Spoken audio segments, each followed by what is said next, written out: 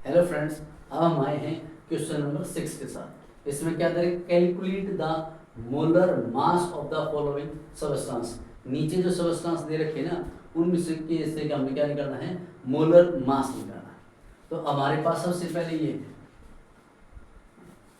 तो इसमें क्या होता है, जो हमारे पास कार्बन है, कार्बन तो उसका जो एटॉमिक मास नंबर होता है, कार्बन का ऐसे लिखते हैं। कार्बन क्या होगा, एटॉमिक मास नंबर होता है 12 और हाइड्रोजन का कितना होता है 1। यस, अब हमने इनमें पुट करना है। तो मेरे पास यहाँ पे देखो, सबसे पहले पुट करना था कार्बन का एटॉमिक मास नंबर कितना था 12। यहाँ पे मेरे पास कार्बन कितना है मल्टीप्लाई 2। फिर ये नंबर कंप्लीट हो जाता तो क्या होगा, प्लस का निशान। फिर यहाँ पे आ जाओ, हाइड्रोजन का एटॉमिक मास नंबर कितना था 1 और यहाँ पे हाइड्रोजन कितना है 2। तो कितना आ जाएगा मेरे पास 24 प्लस में 2 इक्वल टू क्या 26। ये क्या होगा हमारे पास इथाइन का एटॉमिक मास नंबर। ये क्या होगा, इथाइन का एटॉमिक मास नंबर कितना होगा मेरे पास 26। क्यों, कार्बन का कितना था, सबसे पहले हम रखते कार्बन का एटॉमिक मास नंबर। तो यहाँ पे कार्बन कितना था, एटॉमिक मास नंबर 12 और कार्बन यहाँ पे कितना था 2। यस, फिर ये नंबर कंप्लीट हो गया तो प्लस का निशान। फिर मेरे पास क्या था, यहाँ पे हाइड्रोजन का सबसे पहले एटॉमिक मास नंबर, यहाँ पे हाइड्रोजन कितना 2, उसके साथ मल्टीप्लाई। तो 12 2 जा 24 प्लस 2 1 जा 2, टोटल ऐड कर दे तो मेरे पास कितना गया 26।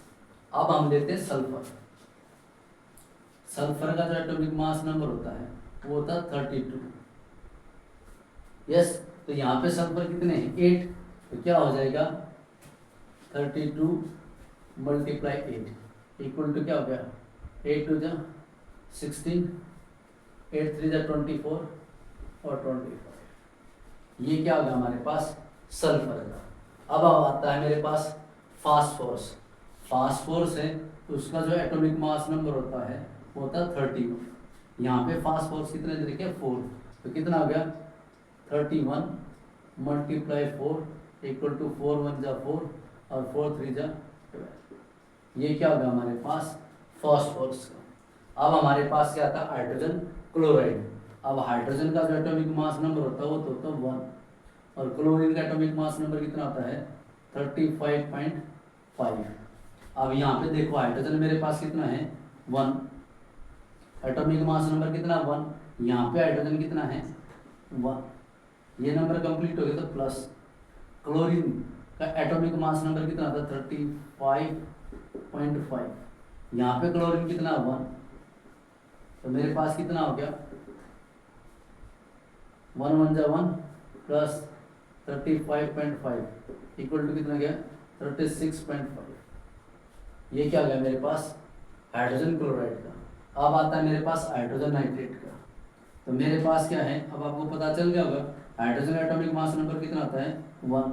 यहाँ पे हाइड्रोजन कितना है 1 प्लस नाइट्रोजन का एटॉमिक मास नंबर कितना होता है 14।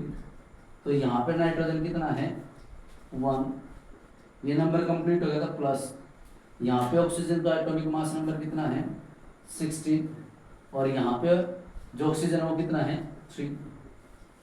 तो कितना गया 1 1 जा 1 प्लस 14 1 जा 14 प्लस में 16 3 जा 48। अब इनको ऐड कर दो, कितना आ गया मेरे पास 12 और 1 13, ये कितना 5 और 6।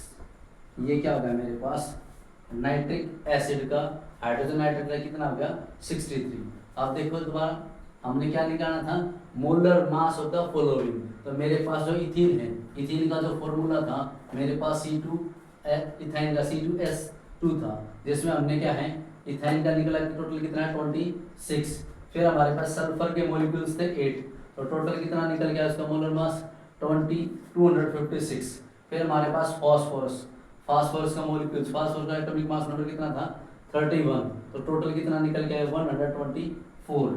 फिर हमारे पास हाइड्रोजन क्लोराइड, जिसका क्या था हाइड्रोजन क्लोराइड, जिसका टोटल कितना निकल गया 36.5। फिर मेरे पास क्या था नाइट्रिक एसिड, जिसको हम हाइड्रोजन नाइट्रेट बोलते हैं, तो इसका निकल गया कितना है 63। Thank you.